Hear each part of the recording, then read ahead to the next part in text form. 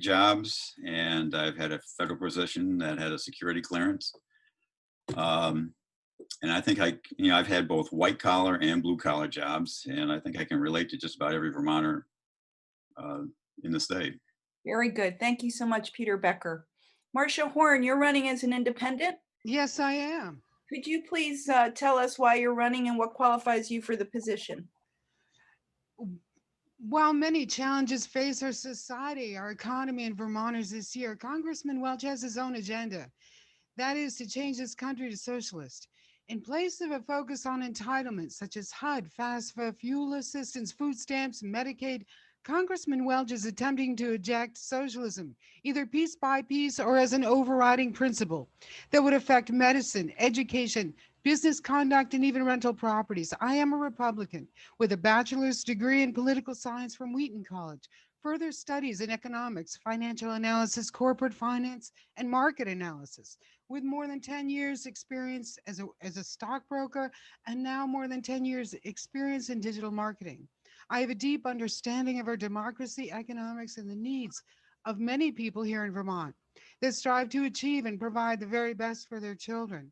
If elected, I will join my fellow Republicans in the House with the work of promoting the initiatives of the Republican platform that include substantially lowering prescription costs, restoring Medicaid, closing U.S. healthcare, and ending the dependency of this country on Chinese imports.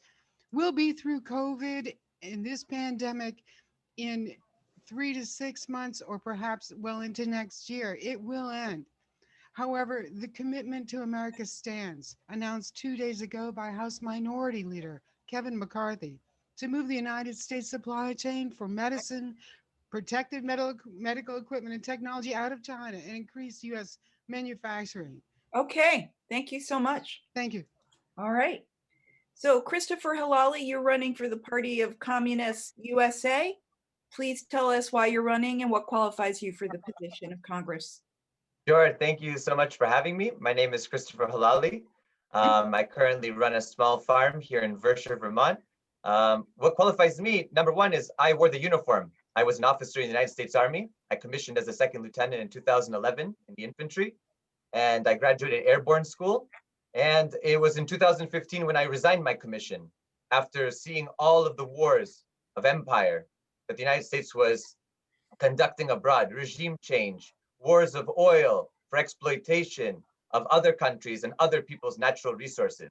So of everyone sitting here, I've seen firsthand. I volunteered in 2017 and fought against the Islamic State in Syria and saw what US imperialism has done. I took a stand and I fought against the same jihadists that were supported by the United States, by Israel, by Saudi Arabia, by the UAE, the real axis of tyranny. And I've seen firsthand what this nation does to other nations around the world. I've traveled to Cuba, I studied and lived in China, I've been to Venezuela, and I've seen how other people yearn for their self-determination and to get out of the boot of the United States. So I believe that I'm qualified, having seen what I've seen, having experienced what I've experienced. Currently, I'm a graduate student at Dartmouth College. I have a few graduate degrees.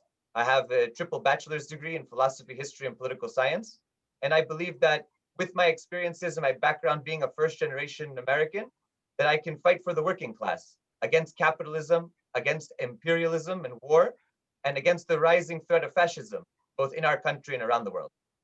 Thank you very much. Christopher Halali, running with the Party of Communists USA. I don't think I said that correctly. Tell me again the name of the party. You're correct, the Party of Communists USA. Okay, wonderful, thank you. Jerry Trudell, you were running as an independent. Now is your moment to tell us why you're running and what qualifies you for the position.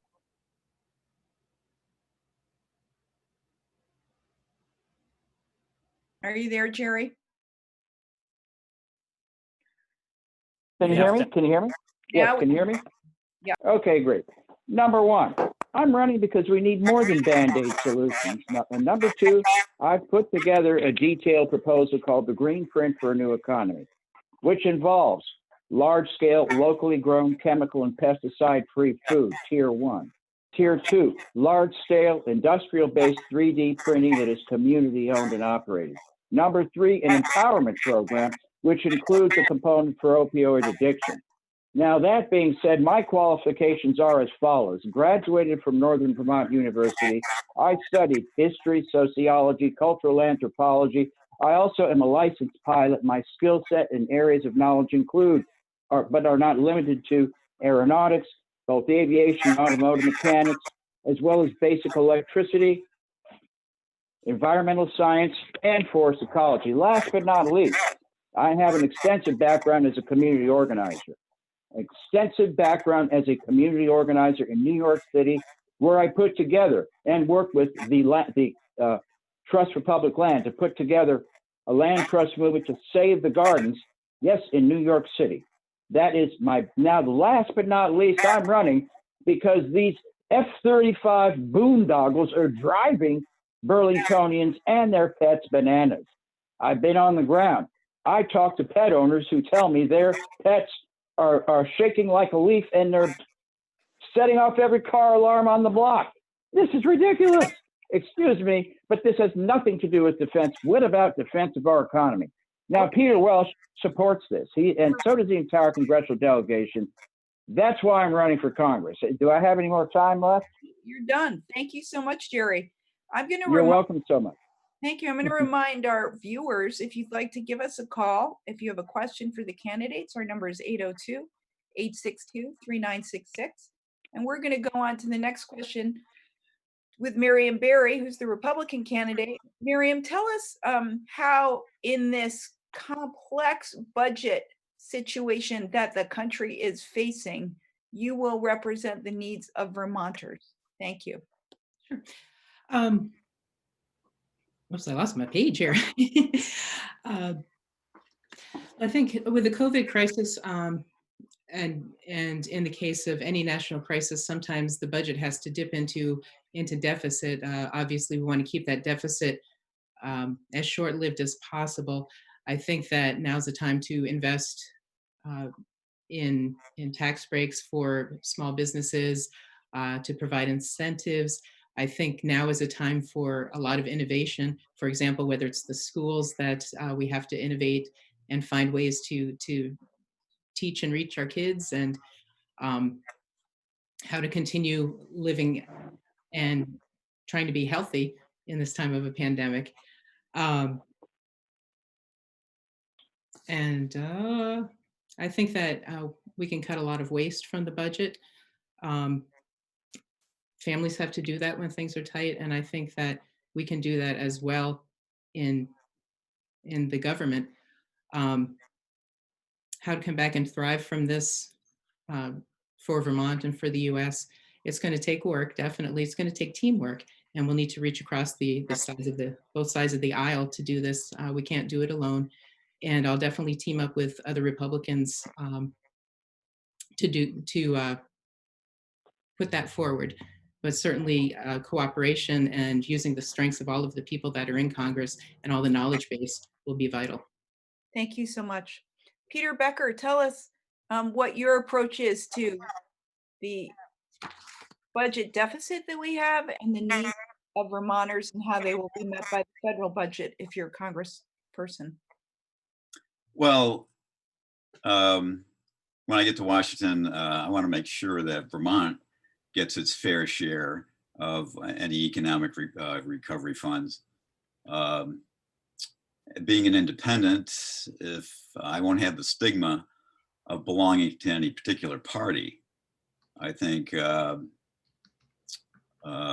whoever becomes president and whoever, whatever party takes over Congress and the Senate, you don't want to be on the wrong side of that.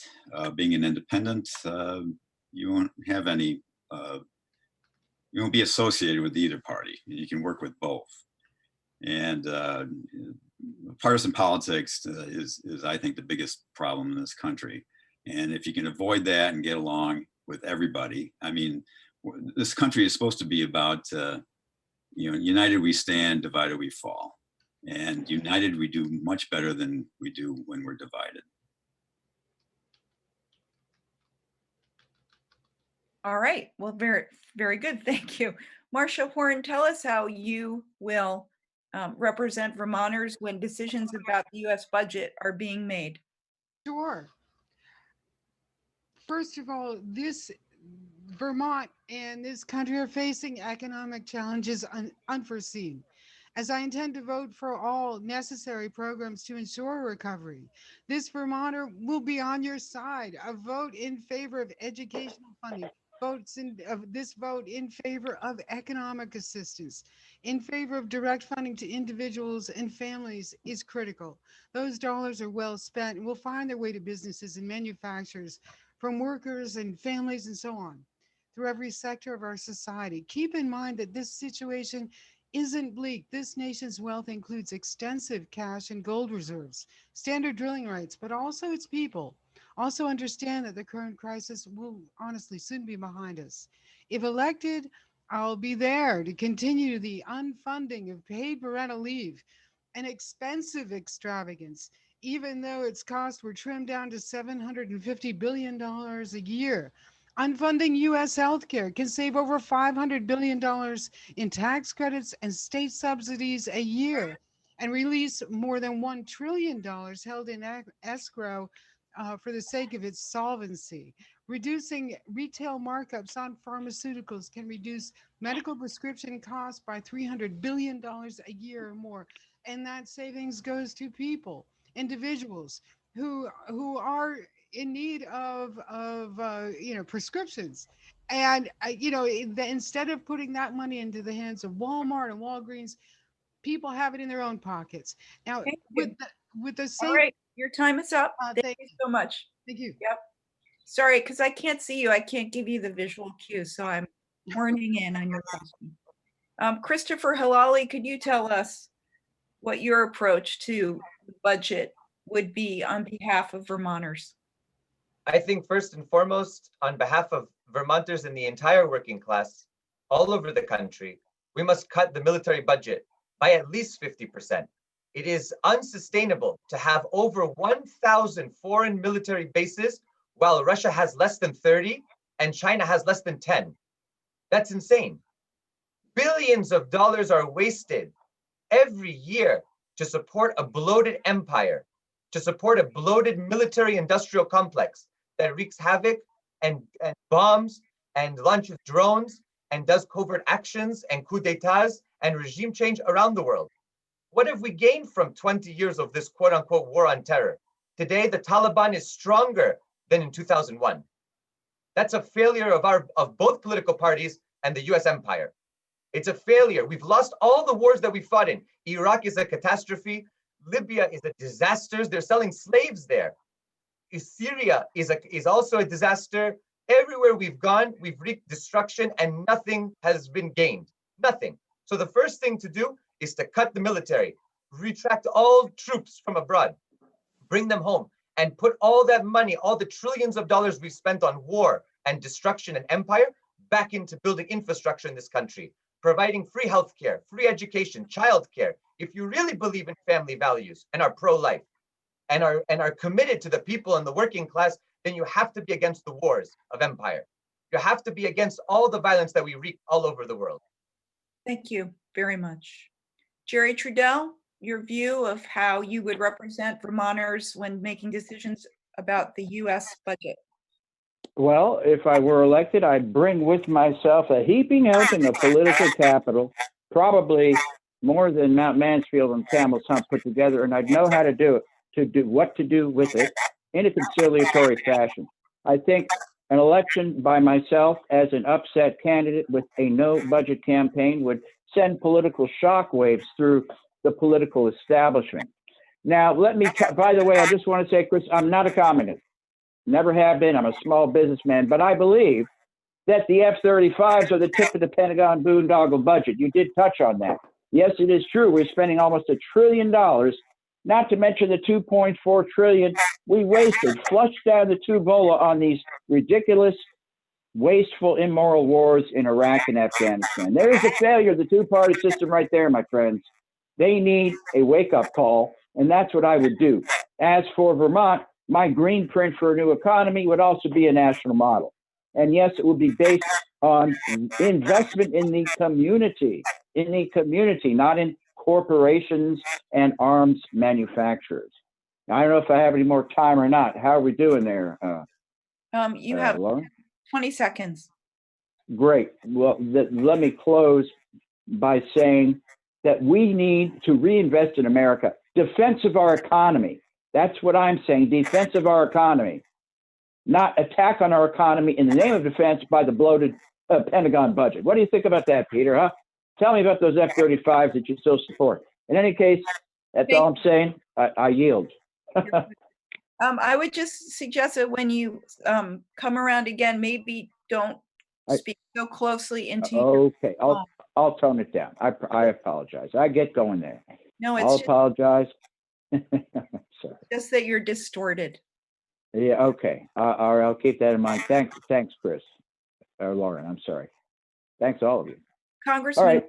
your view of how you will represent Vermonters when making decisions about the U.S. budget. Thank you.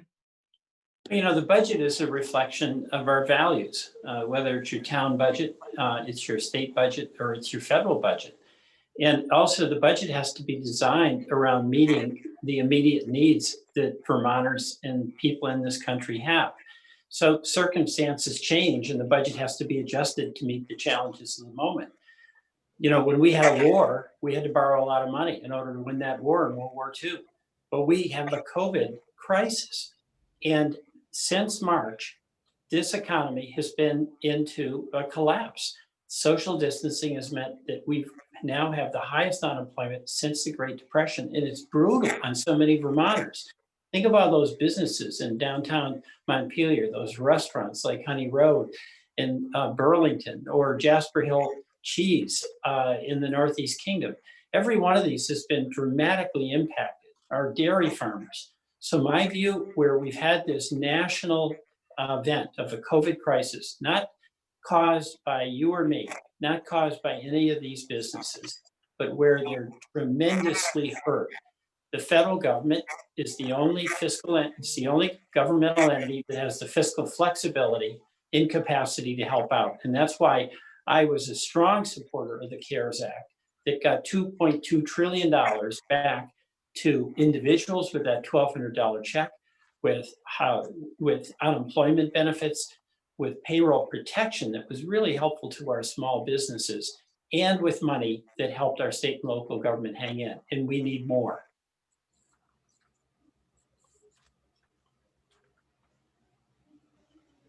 Apologies. The next question, we're going to start with Peter Becker.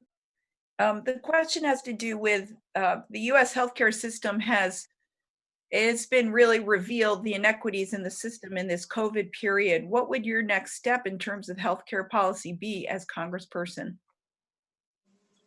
Well, I think the politicians in the last umpteen years have been focusing on health insurance. To me, what's really important is healthcare accessibility. We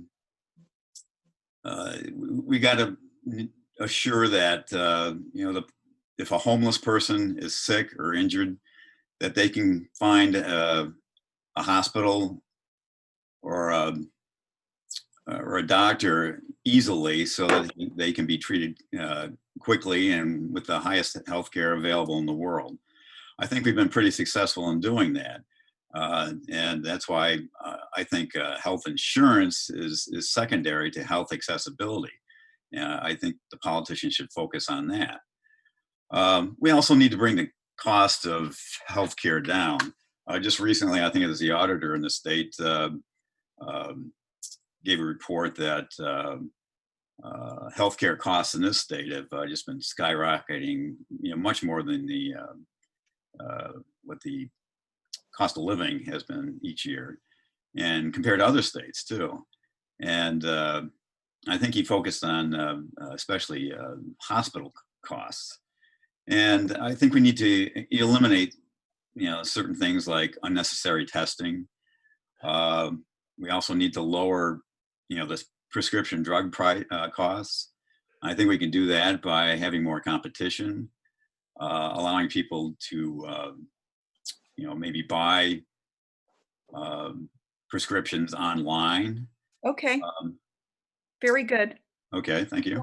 Yep. Don't forget, we have 90 seconds to answer these questions in. So you've got to give us the Reader's Digest version. Marcia Horn. Thank you. While the Civil Rights Acts of 1964 and 1968 protect all Americans from discrimination based upon race, color, religion, sex, national origins, and more recently, sexual orientation there is no language that protects Americans from discrimination with regard to health care. Abuses in the healthcare system are painfully clear, with Black and Latino Americans being targeted in many instances. Medical students, healthcare workers, and many people here in Vermont and countrywide are fighting for change. First, let's amend the Civil Rights Act of 1964, again, as it was amended to include sexual orientation, to include healthcare. You won't find discrimination in education or at a bank or restaurant because the awards that a court will grant to compensate those discriminated against are lucrative, as they should be.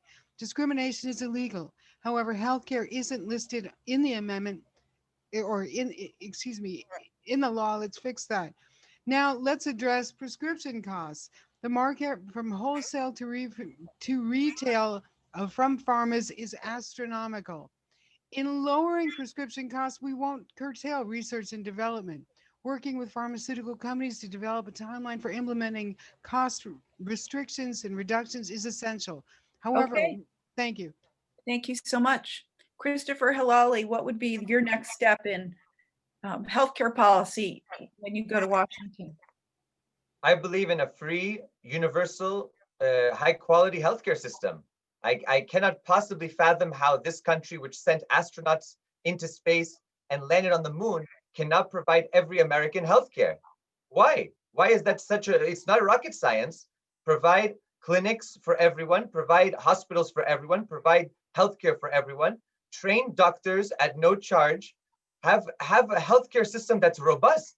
I mean, people have empty slogans, God bless America, we love Americans, united we stand. Well, if united we stand, isn't it patriotic to have every American and every person in this country have healthcare? Isn't it patriotic for everyone to be able to have access to all the needs that they have in terms of medical needs?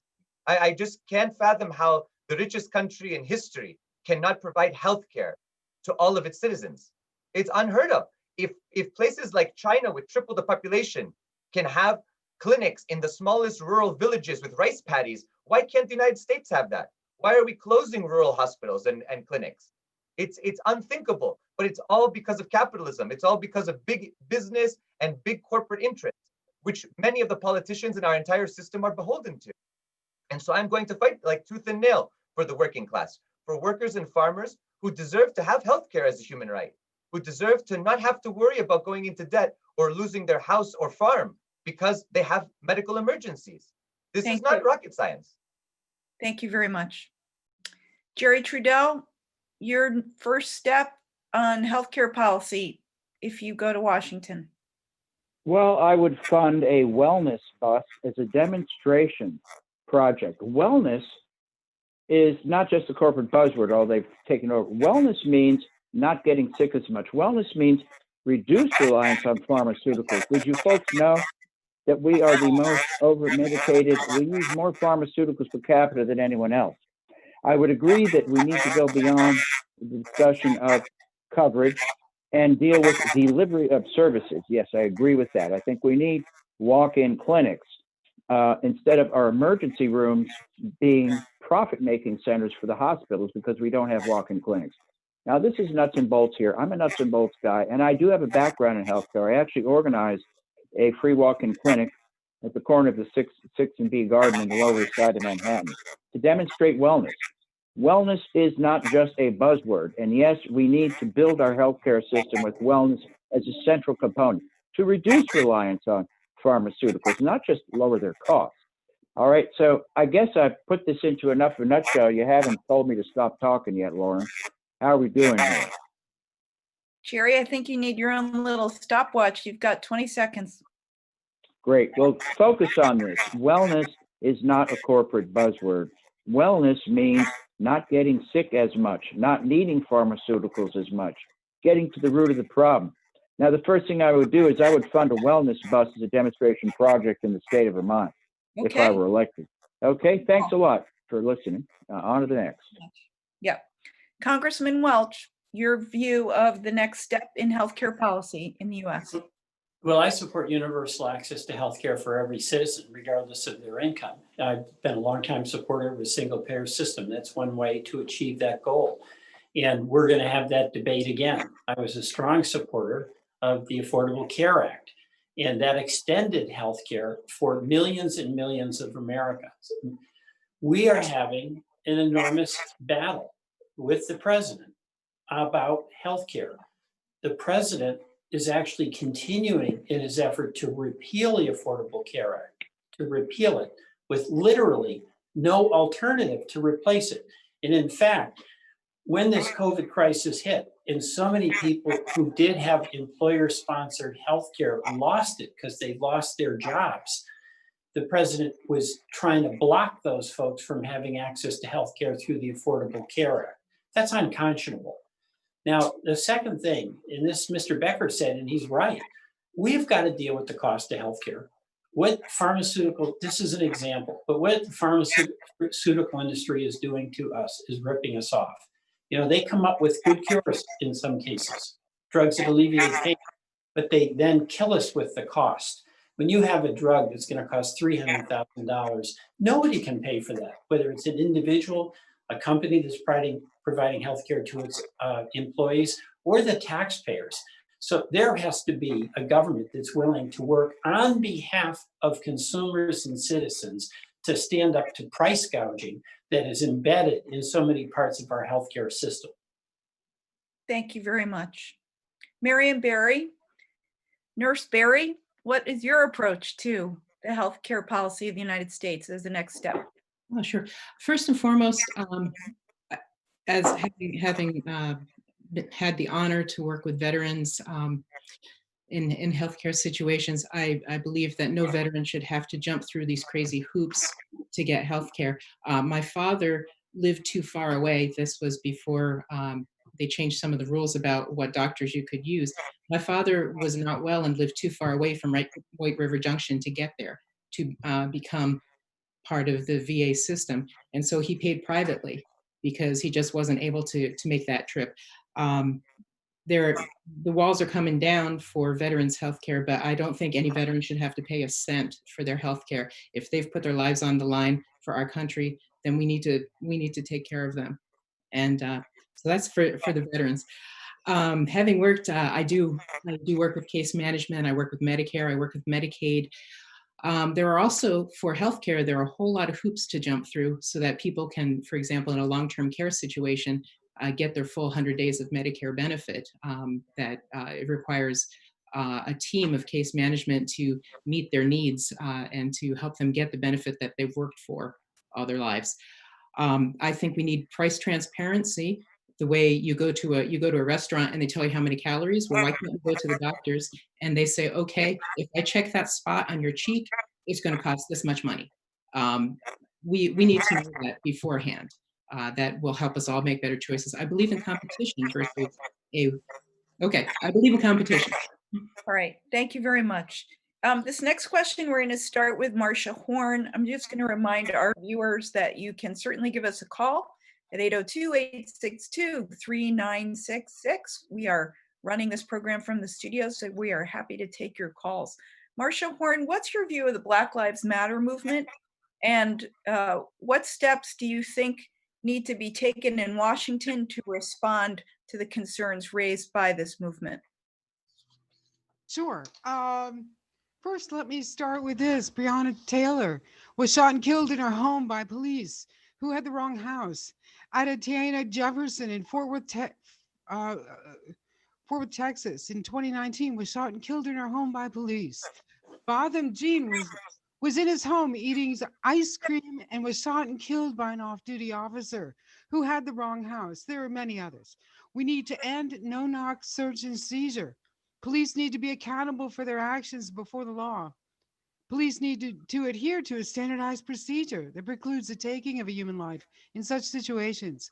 Periodic assessments should be in place to assure emotional and mental stability. I am not entirely in agreement with Black Lives Matter. I disagree with defunding the police. Here in Vermont, the movement includes planning and strategies specifically designed to migrate Black Americans to Vermont. We heard one Black Vermonter explain that he didn't like being treated by a white healthcare professional or living in a white neighborhood. Adding bias and delineating between races isn't the answer. Furthering a divisor isn't the answer. Equality doesn't mean equal distribution of racial demographics for a suburb, city, town, or state. Such a configuring of neighborhoods, cities, towns, or states is illegal. You won't find laws allowing local, state, or federal governments the power to displace or move people or to keep people in a locale. You will find Okay. you. Thank you. One sentence. You will find definitions as to the powers of government that preclude entities from doing so. Thank you. Thank you very much. Christopher Halali, your response to the Black Lives Matters movement, and what policy steps would you pursue if you are in Congress? Well, just last evening, I was with the Black Lives Matter activists at Battery Park, and we marched to City Hall in Burlington. I'm a supporter of Black Lives Matter. I think it's important as someone who is a citizen of this country to understand the history of this country. And that's a history of colonialism, settler colonialism. It's a history of the complete genocide of the indigenous people, the trumped up idea of manifest destiny, that somehow this land was God-given to the settlers and the colonialists to take it. And then, of course, the enslavement of millions of Africans through a worldwide network. Right now, the Black Lives Matter movement is another chapter of the Black working classes' centuries-long struggle for dignity and equality. This country's founding fathers and mothers came up with beautiful ideas, but it was at the same time when they developed an idea that a Black person, an enslaved Black person, was 3/5 a human. I mean, these were Enlightenment thinkers who didn't follow their Enlightenment values to the end. I believe that it's necessary now to have conversations about reparations, to have conversations about getting rid of all these centuries-long systemic racial structures. And I think the only way that can be done to lift the white working class and the Black working class, which have been divided along racial lines, is to move from capitalism to socialism, to create a society in which the entire working class, Black, brown, indigenous, white, whatever you are, all workers are equally treated and have dignity and have access to resources and have access to decent jobs, healthcare, and education. Thank you very much, Christopher Halali. Jerry Trudell, you are next. What's your response to the Black Lives Matter movement, and what policy would you pursue in Congress? You're going to need to unmute your phone.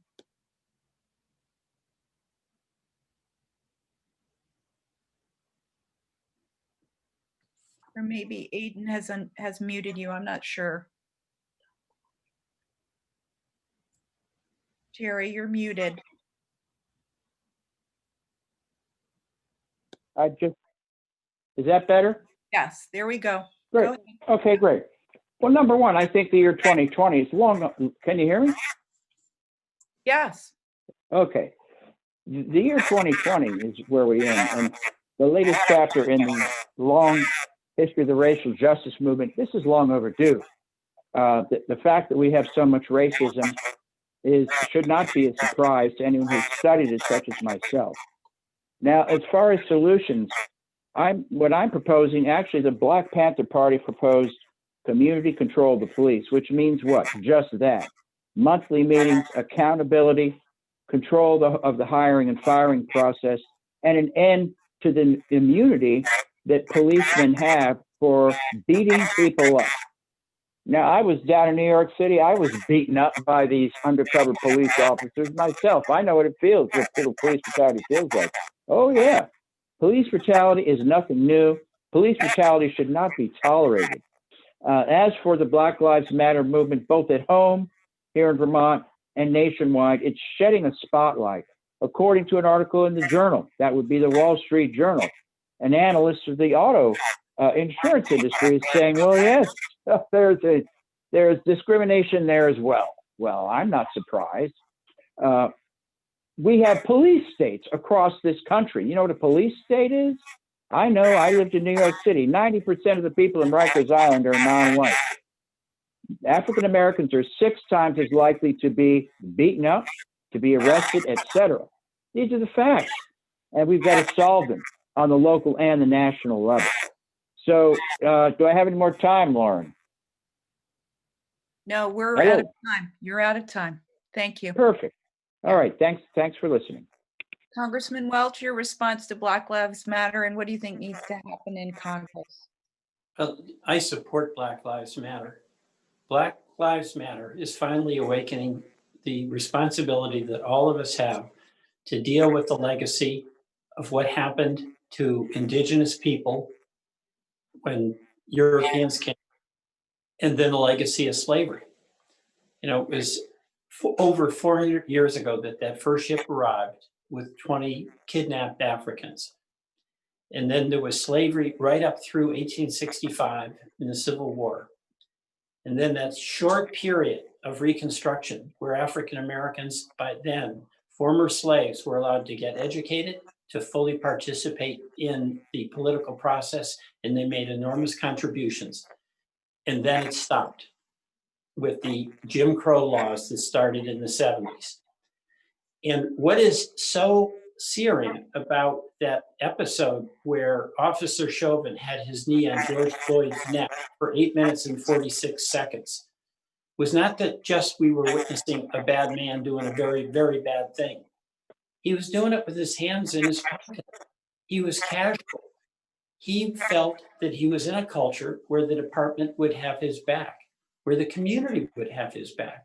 That's what racism is. And that has to be challenged. And in Congress, in the House, it's being blocked in the Senate, but we passed the George Floyd Justice and Policing Act. It's long overdue, and there's much more to be done. Thank you very much. Miriam Barry, your response to Black Lives Matter and what you do in Congress to pursue justice for Black folks. Sure. First thing, I'm going to distinguish between the phrase Black Lives Matter and the organization Black Lives Matter. If you look at the Black Lives Matter website, it's far more than just Black Lives Matter, and from wanting to erode the nuclear family to the other Marxist roots in it.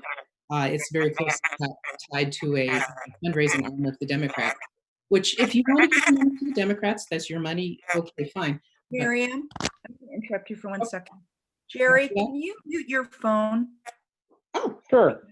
Yeah, let's do that. And then maybe I can hear Miriam better. sorry. No, it's just too much distortion. All right. Maybe Okay. I can mute you. All right. Okay. Keep working on the muting and you keep working on the question. Go ahead. So I do want to distinguish between the heart's cry. I'm as a Christian, I think we're all made in God's image, and some of us are gloriously pale, and some of us are gloriously chocolate, and all the colors in between. And so I think that justice for people needs to be justice for people, and I'm so heartbroken by the divides that are there. And I think that we can reach across the aisles. We can, all of us in Congress, work together to say, hey, let's set some standards for police operations. Let's set some standards for training, for support. I'm not in favor of defunding the police, but I am in favor of let's get them the support they need. Let's get a national standard for them. And then as far as, oops, something's happening on my computer, I apologize. So I feel that every soul is important and should be treated with respect. Very good. Thank you very much. Peter Becker, your response to Black Lives Matter and policy follow-up that you would pursue in Congress, please.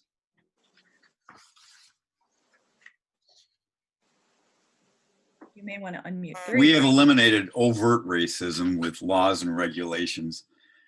Now we need to eliminate what I call latent racism.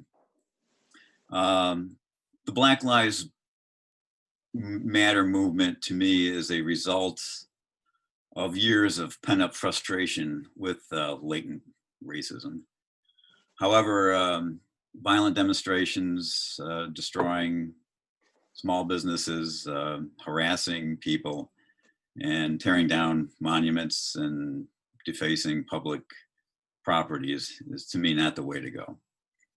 However, I do feel that we need to eliminate symbols and vestiges of racism in the old Confederacy.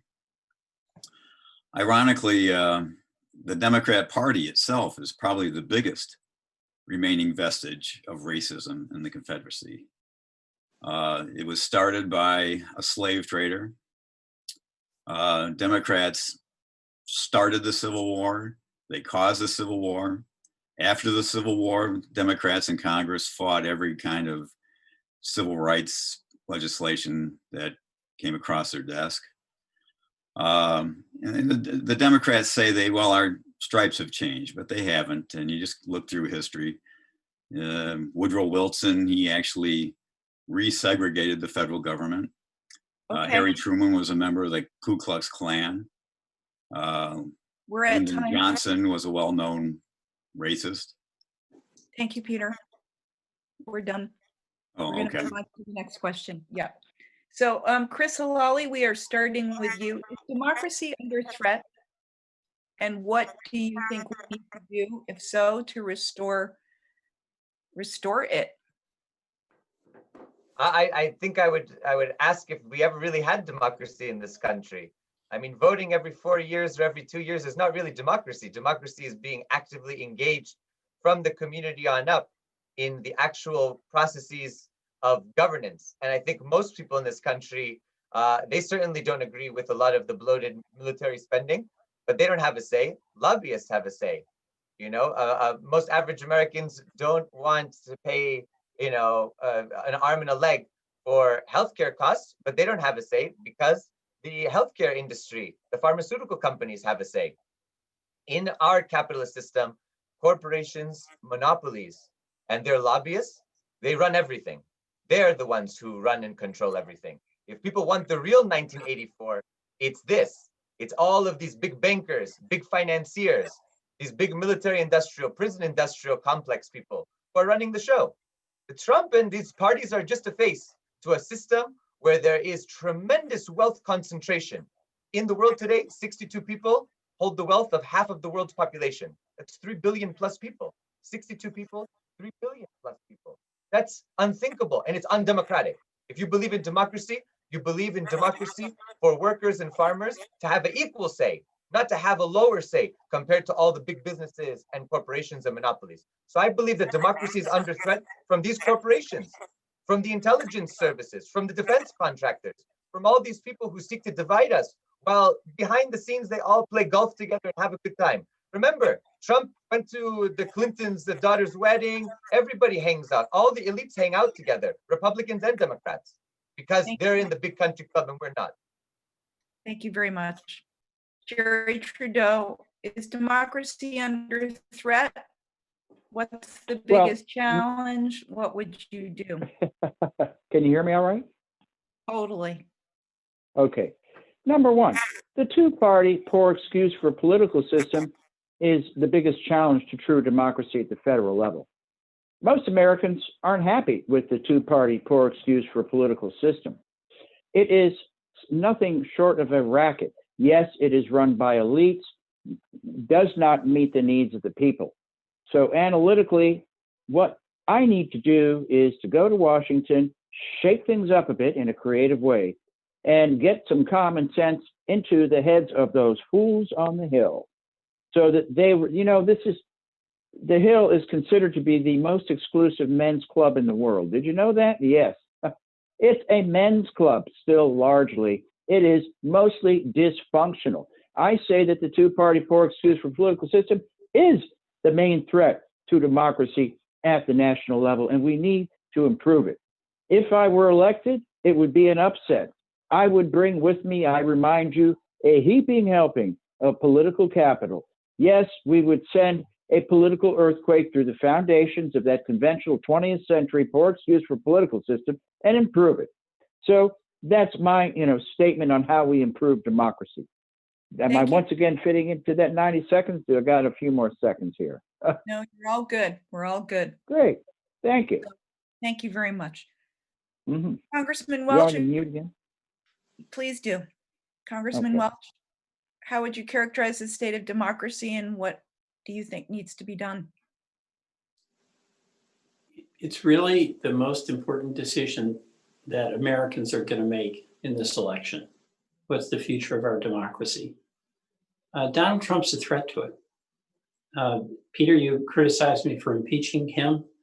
I'd do it again. That man is not fit to be our president. You know, he started out by banning people from coming into this country on the basis of their religion. Nobody does that. We've got a tradition of Republicans who stood up for civil rights and individual rights. Donald Trump has no loyalty to the principles of that.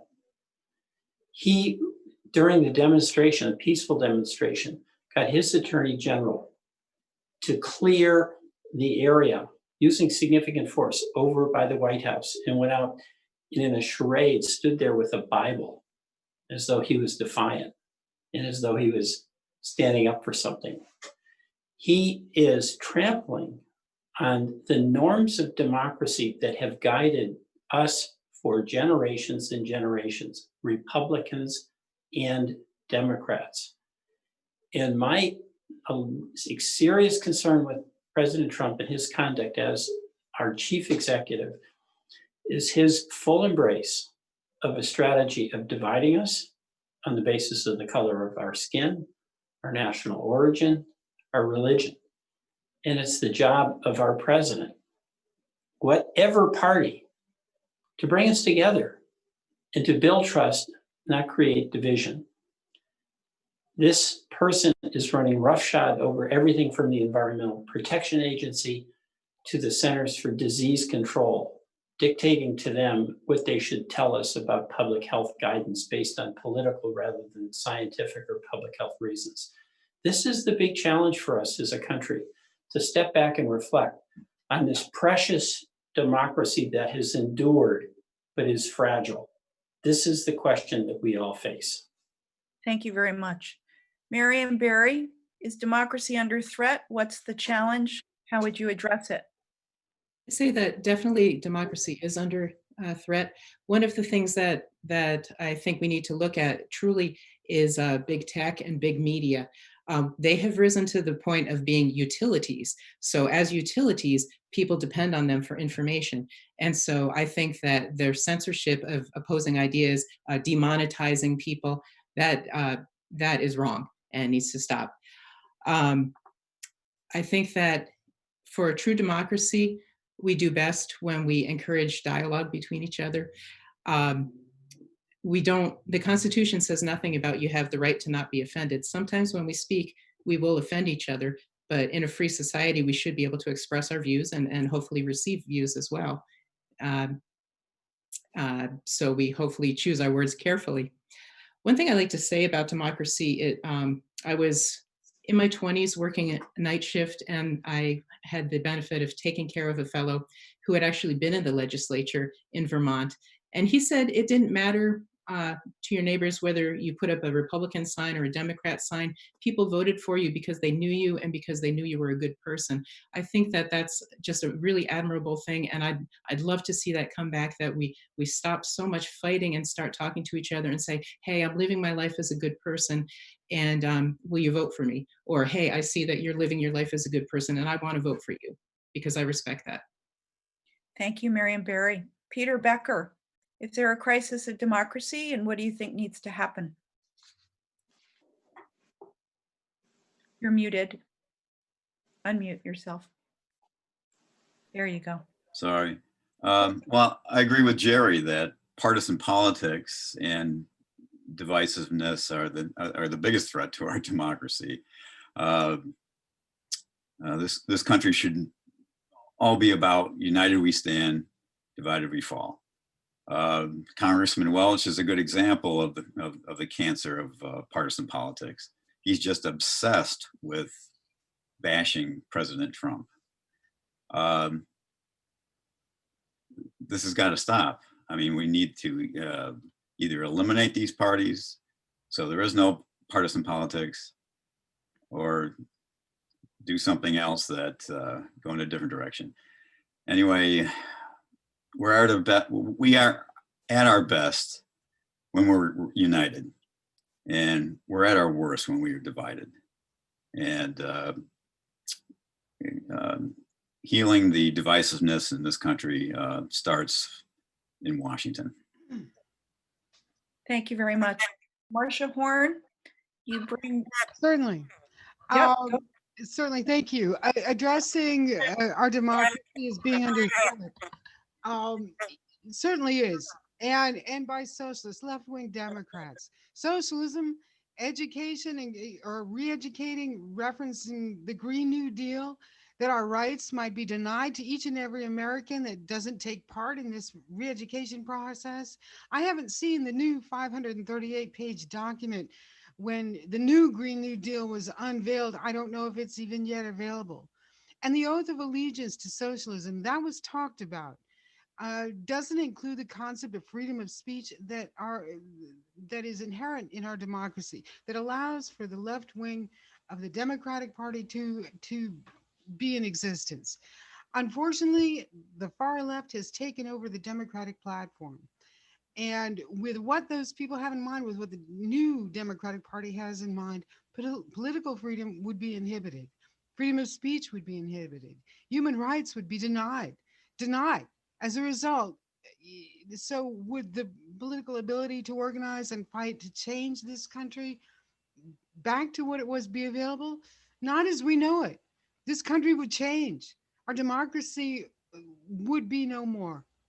And during a time of crisis, in 2019, the government shut down for the longest length of time in the history of this country because left-wing Democrats couldn't fund a $5.4 billion wall and required a doubling of the foreign aid fund.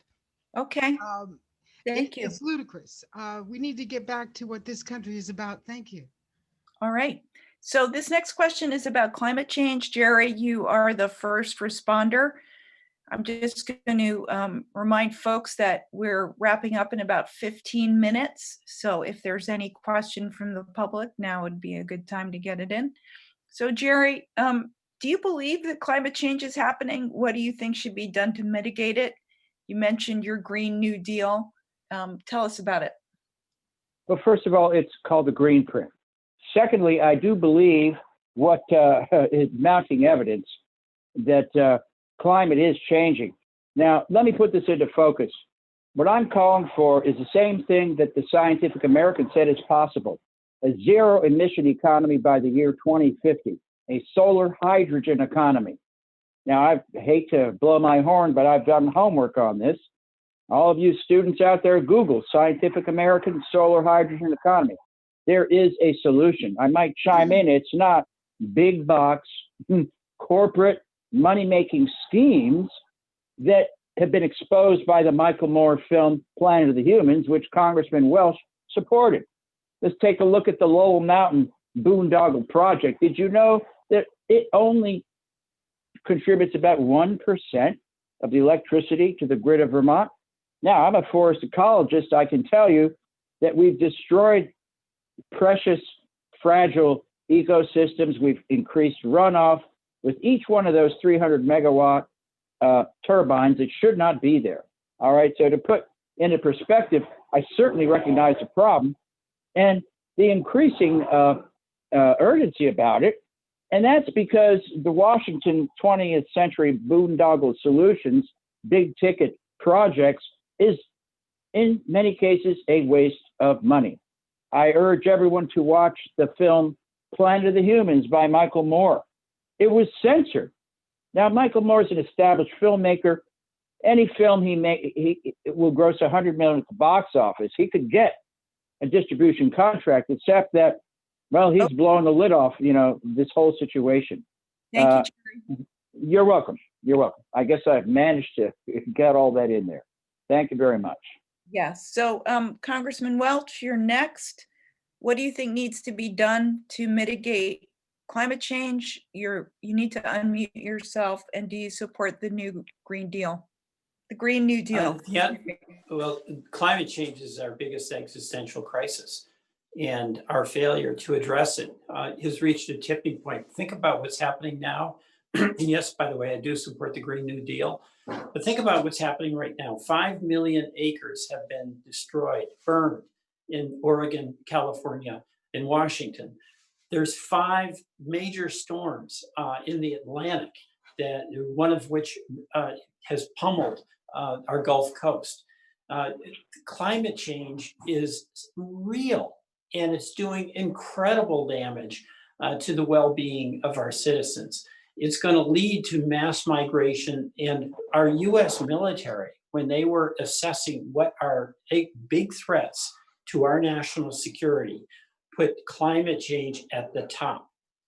And my view is that we can and must address it, because a confident nation doesn't deny the problem, and that's essentially what President Trump is doing. It engages in solving the problem.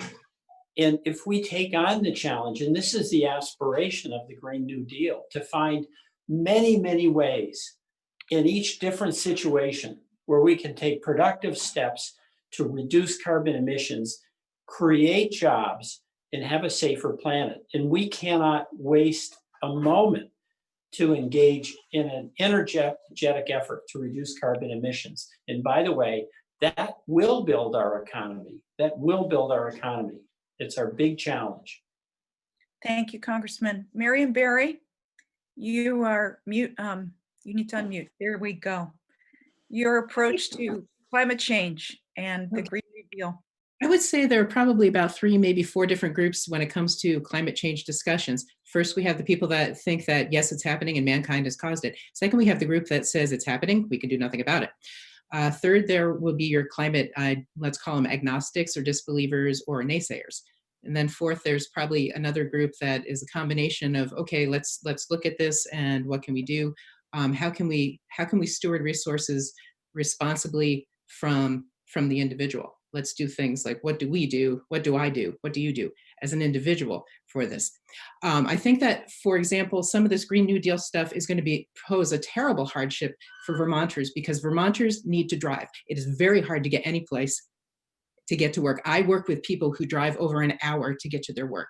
I think that trying to press all this during the time of COVID, when we need to be recovering about COVID, that all this Green New Deal stuff is wasting time and money. Let's put it off. Let's look at evidence-based stuff as we're talking about. But I think that forcing people to pay these higher taxes and to drive electric cars when they can barely afford to drive a car, that now they have to jump through all these extra hoops just so they can get to work, so they can feed their families, that it's disgusting that we are forcing people to meet these arbitrary benchmarks. Thank you. Thank you very much. Peter Becker, your view of climate change is a problem of our time, what you think needs to be done, and if you support the Green New Deal, all in 90 seconds. So you better unmute. There you go. Okay, thank you.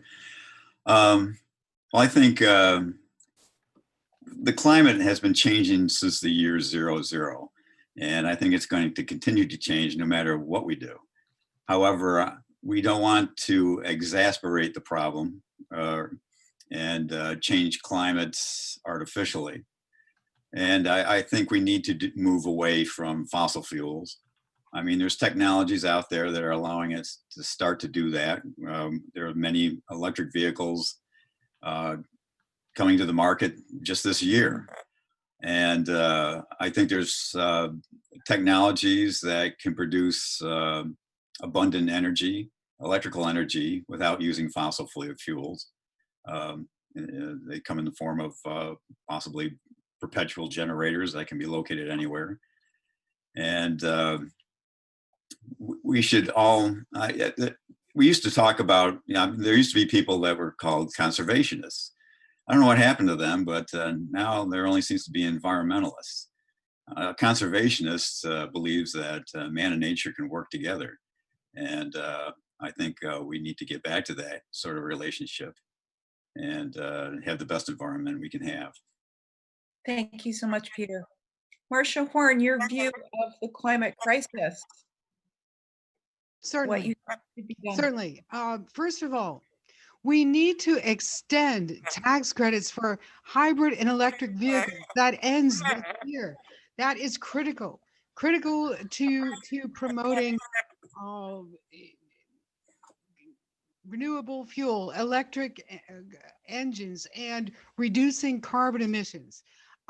Here in this country, we've seen it do a lot of good. That needs to be continued. The Green New Deal, for what it's worth, is a socialist doctrine that is using climate change to promote a socialist agenda. Shame on you, Congressman Welch, for supporting it, for attempting to shift enormous power from the hands of the people of this country into the hands of the government and personal wealth along with it, with that pretext. This past May in the United States, as the government was shut down, not the government, the economy was shut down, this country posted negative numbers with regard to the 2-degree algorithm, while Russia posted 5. Overall averages were just shy of 1 degree. We need to get tough on Russia and China with regard to their pollution. People in this country have been doing their part. They've been switching to hybrid and electric cars, switching to pellet fuel, also energy efficient fuel systems. However, keep in mind, in 30 years, the oil is going to be gone. In 50 years, the propane and the coal will be gone. Thank you. Thank you. Christopher Halali, your view of climate change mitigation and the Green New Deal. Thank you. Sure, of course. The climate change is real. The climate emergency is real. I'm first generation American. When I came to this country, I was told to look up to all of the scientists, the intellectuals, the people at NASA. I was told to, look at wonder at the futurists and what this country can produce. And it's the scientists, the same scientists who sent us to the moon, who are telling us that climate change is real. So I don't think it's, once again, it's rocket science that this is a real phenomenon, that humans are causing it. The number one polluter is the military.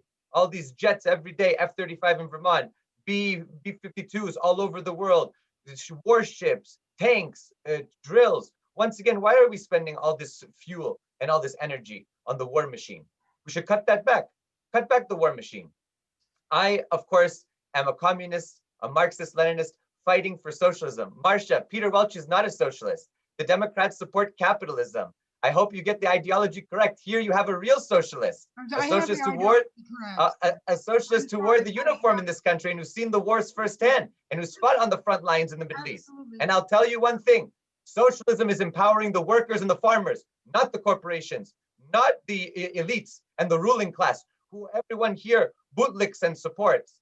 That's the key. And the key is to combat the climate catastrophe. We need to move to socialism. We need more than a Green New Deal. We need to transform our economy from an economy of waste, from an economy of plastics, from an economy of just overall consumption, to an economy that provides for the basic needs of all workers and farmers, and not for everybody's enjoyment and pleasure and traveling and cruise liners and things like that. We can live in a world that can mitigate the climate catastrophe and provide for peace, prosperity, and security for all workers and farmers.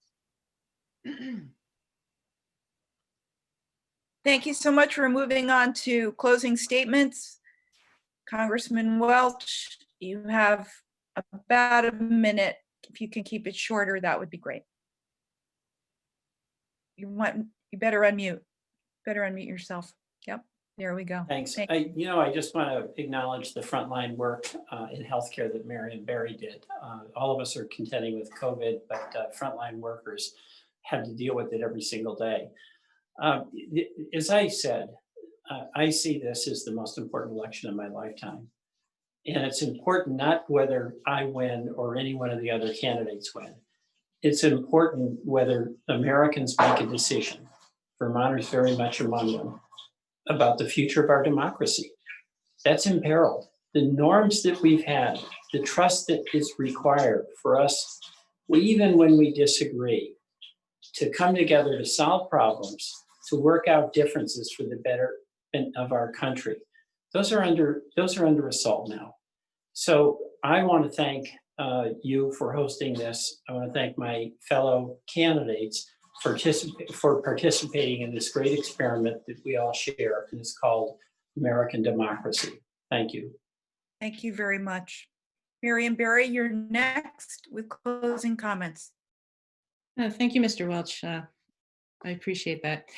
I'm going to speak from my heart. I know what it's like to labor for minimum wage, how to raise a family when you're worried about how to pay the bills. I know what it's like to go without insurance. I know what it's like to have the landlord knocking on the door saying, "Where's my money?" I also know the pride of having worked and achieved something that seemed nearly impossible. I pledge to bring that to Washington, to bring the compassion and to bring the pride in what we can achieve, and we can achieve something together. Thank you. This has been wonderful. Thank you, Miriam, for joining us. Peter Becker, running as an independent, as is Miriam Berry. No, Miriam is running as I'll do that too. Sorry about that. Peter Becker, you're running as an independent. Your closing comment. The Constitution starts out, we the people, not we the Republicans or we the Democrats or we the women or we the men. We're all in the same boat. One of my favorite portraits is of Washington crossing the Delaware. In that boat, he's surrounded by people of various backgrounds, nationalities, ethnic groups, and they're all together. And they're working together for a common goal, common purpose. I believe Congressman Welch is a good person, means well, but he's been gobbled up by partisanship and he's drowning in the swamp. I think the time has come for a change, a fresh view, and an end to the divisiveness and partisanship in Washington. Thank you very much, Peter. Marcia Horn, running as an independent. Your closing comment. Certainly. I'm a Republican, and if elected, I'll be fighting for the ideals of both Republicans and Democrats of old, people who have their roots firmly set in the concept of entitlements, raising the poor out of poverty, providing funding where it is needed, tax only when necessary, so as to allow people to keep their own hard-earned money as much as possible. Congressman Welch and other left-wing Democrats have called this democracy broken. Legislation is difficult to pass, even when there is overriding agreement. DACA is one example. I feel that it is essential for voters, for people in this country, for Vermonters, to look to the future, to look to this democracy, this market capitalism, and stop the pipe dream, the socialist pipe dream. There is work to be done, and a lot of time has been wasted on the debate of socialism, of universal health care, single payer health care. Thank you. Thank you. Thank you. Christopher Halali, your closing comments. Capitalism has failed the working class. It has failed workers and farmers in Vermont and around the United States. What we need to do, we need to end the wars. We need to close all the foreign military bases. We need to abolish NATO. We need to nationalize all major industries and seize the means of productions for the people. We need free healthcare, free childcare, and free education from pre-K to the doctoral level. We need to end the sanctions, the illegal and immoral sanctions against Iran, Venezuela, Cuba, Zimbabwe, the DPRK, and all the other countries that we put a boot on around the world. I say no to a new Cold War between Russia and between us and Russia and China. The same people who lied us into the war in Iraq are now pushing the anti-China hysteria, the anti-Russia hysteria, all of these things. No to a new Cold War. We need to end support for the apartheid state of Israel, and we need a free Palestine. I believe now more than ever that the working class must rise up, must throw away these parties of capitalism and war, and abolish the system that we have and create a new one for workers' democracies. Thank you. Thank you. Thank you very much. Christopher is running with the Party of Communist USA. Jerry Trudell, unmute yourself. You have the last minute, the last word. Okay, can you hear me now? Yes, please. Number one, go to jerryforvermont.com. That's my website, jerryforvermont.com. I have a nuts and bolts plan that's well-researched that will actually work. I stress we need approaches that do work, not save a bunch of money and get politicians reelected on the issue, which Michael Moore's film exposed. Watch Michael Moore's film, Planet of the Humans. No, I don't support the Green New Deal. I support solutions that work. My green print for a new economy would work. My national green print would as well. And so once again, I urge you to go to jerryforvermont.com. That's jerryforvermont.com. Watch my videos. I have videos, and it's very easy to watch. Once again, I guess I'm getting to the end of my minute. Thank you all very much for listening, for watching, etc. And have a nice day, right? Thank you very much. Jerry Trudell running as an independent. I want to thank these candidates for joining us today.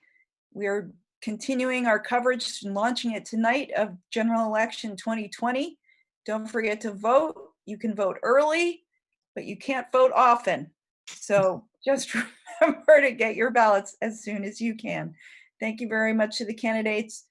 And from Town Meeting Television, we send our best to you. Good night.